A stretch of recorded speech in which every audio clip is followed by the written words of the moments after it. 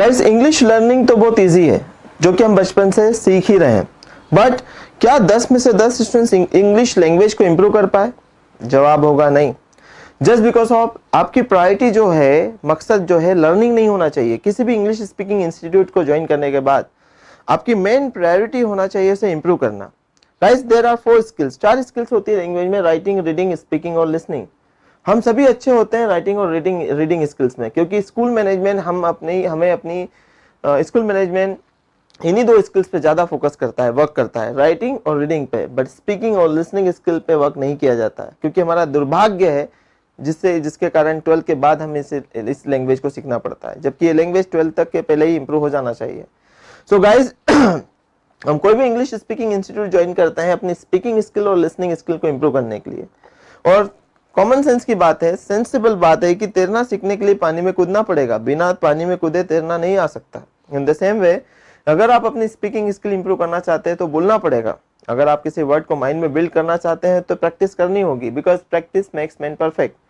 तो hi guys, मैं चेतन यादव स्वागत करता हूं आपका हमारे YouTube channel state fast English club पे। आज का लेक्चर बहुत ही इंपॉर्टेंट है उन स्टूडेंट्स के लिए जिन्हें इंग्लिश केवल सीखना नहीं है, इसे इंप्रूव करना है और जल्दी से जल्दी, बट कंफ्यूजन है कि उसके लिए प्रैक्टिस क्या करें। प्रैक्टिस के करने के तो बहुत सारे वेज होते हैं, reading newspaper, watching movies in English, listening songs, singing songs, but सबसे बेस्ट वे क्या है, स्पेशली बिगिनर्स के लिए, स्पेशली इनिशिएटर्स के लिए, वो स्टूडेंट्स जो 0 लेवल से इंग्लिश सीख रहे हैं।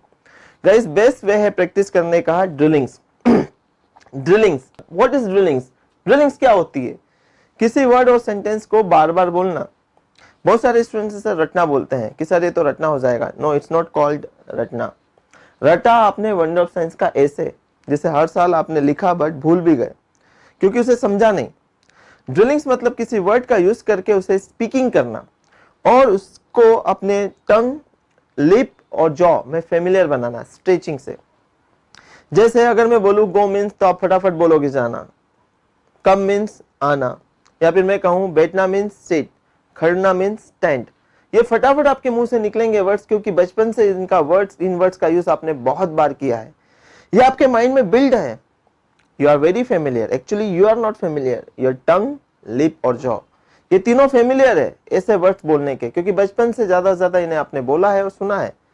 अब अगर मान लो कोई सा वर्ड प्रोवोक, प्रोवोक मीन्स भड़काना, अभी अगर आपके माइंड आपके टंग, लिप के लिए न्यू है और आप इसे माइंड में बिल्ड करना चाहते हो तो ये ऐसे बिल्ड नहीं होगा। प्रोवोक मीन्स भड़काना, प्रोवोक मीन्स भड़काना, प्रोवोक मीन्स भड़काना, प्रोवोक मीन्स भड़काना, प्रोवोक मीन्स भड़काना, प्रोवोक मीन्स भड़काना, ये तो रटना हो जाएगा। Actually it is called mug up. Guys अगर इस प्रोवोक वर्ब को आप अपनी माइंड में बिल्ड करना चाहते हैं तो इसके ऊपर सेंटेंसेस बनाना पड़ेगा, एग्जांपल्स बनाना पड़ेगा। जैसे provoking is a bad habit, we should not provoke people. I have seen many people who provokes, but if you provoke people especially who are innocent, who are not guilty, it is one of the most bad habit. So I do not provoke people. Do you provoke people? क्या हुआ इससे? इस provoke word का बार बार मैंने use किया अपनी speaking में। तो गाइस ड्रिलिंग्स में भी ऐसा होता है। ड्रिलिंग्स में जो हम टॉपिक आपको सिखाते हैं उसका हम ज्यादा से ज्यादा यूज करते हैं स्पीकिंग में, जिससे कि वो टॉपिक जो आप सीखते हो, modals, tense, grammar, articles, preposition, determiners, कोई भी टॉपिक हो, वो आपके माइंड में बिल्ड होते हैं। तो इसको बोलते हैं हम drillings. Now kind of drillings, कितने टाइप की ड्रिलिंग्स होती है guys? There are 7 types of drillings जो हम अलग अलग तरीके से करवाते हैं, जिससे आप हर टॉपिक की प्रैक्टिस करते हो, उसे माइंड में बिल्ड करते हो।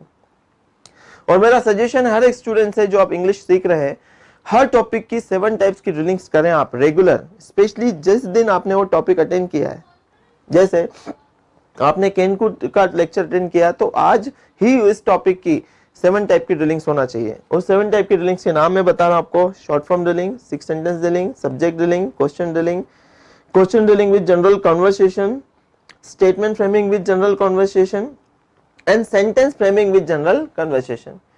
ये 7 टाइप की ड्रिलिंग्स होती है। अब आज के लेक्चर में इन 7 टाइप की ड्रिलिंग्स को मैं एक्सप्लेन कर रहा हूँ, अच्छे से ब्रीफ एक्सप्लेनेशन दे रहा हूं मैं कि कौन से ड्रिलिंग करने से क्या फायदा होता है और किस ड्रिलिंग को करने का सही तरीका क्या होता है। सबसे पहला शॉर्ट फॉर्म ड्रिलिंग।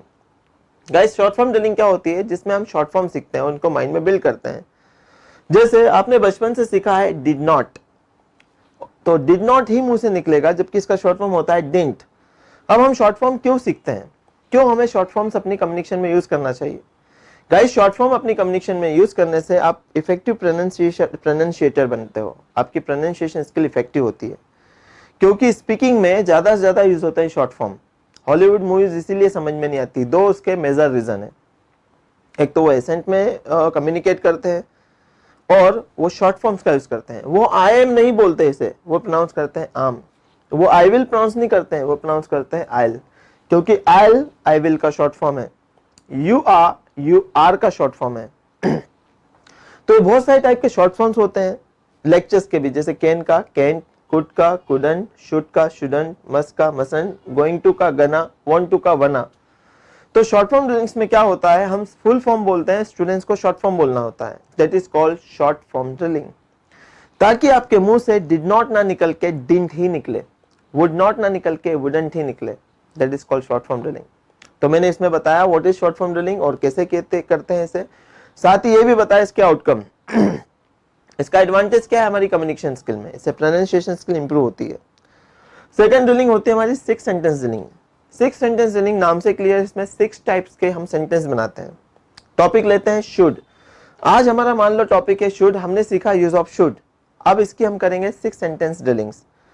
6 टाइप के हम सेंटेंस बनाएंगे इसमें। पहला sentence simple, I should believe in God. Negative, I shouldn't believe in God. Question, should I believe in God. Question plus negative, should I not believe in God. Question word why हम use करेंगे तो हो जाएगा why should I believe in God, and how use करेंगे तो हो जाएगा how should I believe in God. ये स्ट्रक्चर दिख रहा होगा आपको। हम बस वर्ब चेंज करेंगे, बाकी 6 सेंटेंस ऐसे कैसे होंगे। और वर्ब भी न्यू, गो मीन्स जाना, कम मीन्स आना, सीट मीन्स बैठना, स्टैंड मीन्स खड़े होना, ये वर्ब्स नहीं जो हमारे ऑलरेडी माइंड में बिल्ड है। जैसे प्रोवोक, अभी हमने समझा प्रोवोक मीन्स भड़काना। अब इसे हमें माइंड में बिल्ड करना है और आज के लेक्चर की प्रैक्टिस भी करना है, तो हम इसे 6 सेंटेंस बनाए। I should provoke with body language. I should provoke. I shouldn't provoke. Should I provoke? Should I not provoke? Why should I provoke? How should I provoke?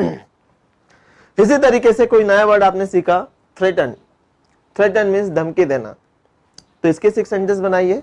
I should threaten. I shouldn't threaten. Should I threaten? Should I not threaten? Why should I threaten? How should I threaten? Next आपको लगा कि नहीं यार, Hunt means शिकार करना, ये word mind में build नहीं है, और सारे वर्ड्स आपको स्ट्रेट फास्ट के नोट्स में मिलेंगे, या फिर गूगल से भी आप न्यू वोकैबुलरी लिख सकते हैं अपनी नोटबुक में।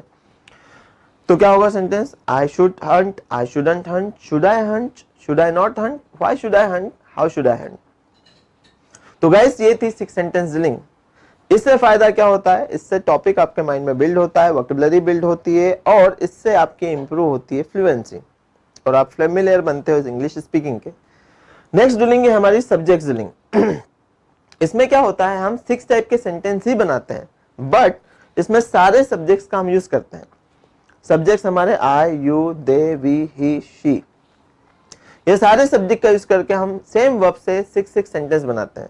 जैसे हम वापस अपनी वर्ब लेते हैं प्रोवोक, आई से बना दिया था, ठीक है। अब हम यू से बनाते हैं, you should provoke, you shouldn't provoke, should you provoke, should you not provoke, why should you provoke, how should you provoke.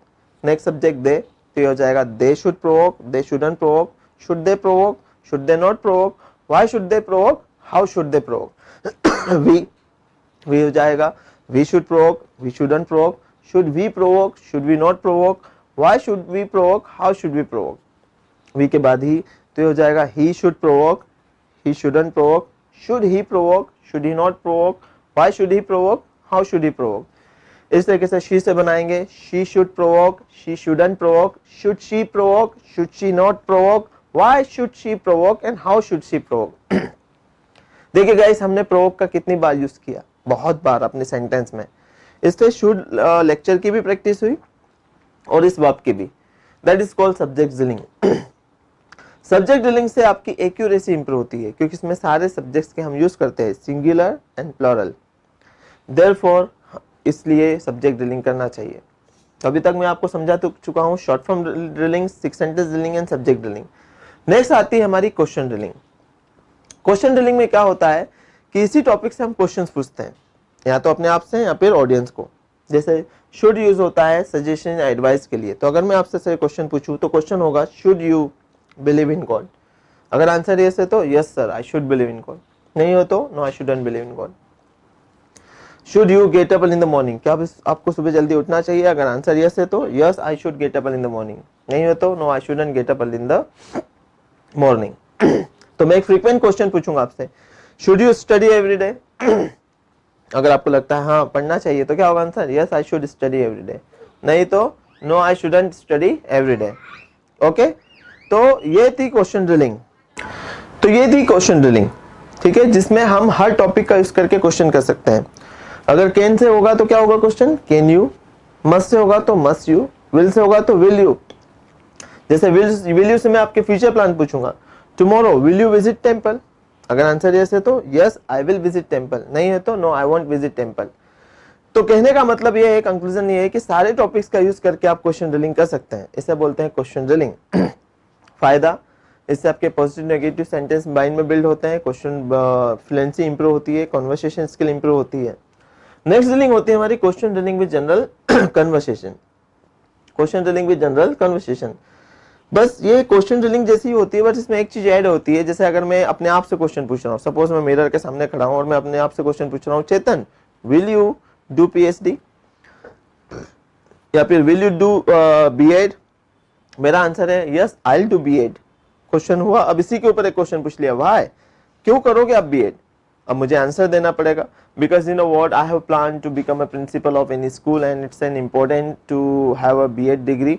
If I do B.Ed, so I will have a good opportunity to work with the schools and in private sector. So therefore, I will do PhD. In future, will you join politics? No, I won't join politics. Why? अब इसको मुझे explanation देना पड़ेगा, reason बताना पड़ेगा. I won't join politics because I don't have interest in politics and I never ever set my goals in politics. This is why I won't join politics. तो इसको बोलते हैं question drilling with general conversation, मतलब उस question पूछना, उसी answer को brief explain करना, that is called question drilling with general conversation. जैसे अगर मैं आपसे क्वेश्चन पूछूं, जैसे आप मुझसे क्वेश्चन पूछो कि should we study every day, आपने मुझसे पूछा should we study every day, और मैंने आंसर दिया yes we should study every day, yes we should study every day. आपने मुझसे पूछा व्हाई, क्यों हमें रोज पढ़ना चाहिए? ऑब्वियसली अब मैं इसके ऊपर एक्सप्लेनेशन दूंगा। We should study every day because we are students. If you are student then it's your moral duty as well as your personal responsibility to study every day, because your mother is working 100%, she is giving her 100% being a homemaker, your father is fulfilling his responsibilities, he is playing his part 100%, we teachers teach you 100% and every day, so why don't you study every day? You must study every day, therefore we should study every day. तो ये हुआ question drilling with general conversation, ठीक है। ये पांचवी type की drilling थी, पहली शॉर्ट फॉर्म, फिर 6 सेंटेंस, फिर सब्जेक्ट, फिर क्वेश्चन ड्रिलिंग, फिर question drilling with general conversation. अब 6 हम बात करते हैं statement framing with general conversation. Statement framing with general conversation क्या होता है इसमें कि आपने टॉपिक लिया विल, फ्यूचर प्लान, तो इसके पॉजिटिव नेगेटिव स्टेटमेंट्स बनाना और हर स्टेटमेंट्स को ब्रीफ एक्सप्लेन करना। जैसे विल यूज होता है to talk about your future plans, तो मैं अपने फ्यूचर प्लान्स बताऊंगा विद जनरल कन्वर्सेशन, पहले पॉजिटिव में फिर नेगेटिव में, कुछ पॉजिटिव फिर कुछ नेगेटिव विथ एक्सप्लेनेशन। जैसे tomorrow I will serve PD lecture at Nandanagar branch because tomorrow is day of PD lecture and I deliver PD lecture once in a week and tomorrow is my schedule of PD lecture at Nandanagar branch, therefore I will deliver PD lecture. In future I will start state first school because it's my biggest goal and it is relating education sector, and I have passion in education and I know I will be able to run school very well because I have got good experience working in schools. I have been running my institute for many years. This is why I will start state first school. ये थे positive में। अब मान लो negative में बना, I won't join politics because, मतलब अपने आप से सेंटेंस बनाना, उसका एक्सप्लेनेशन देना।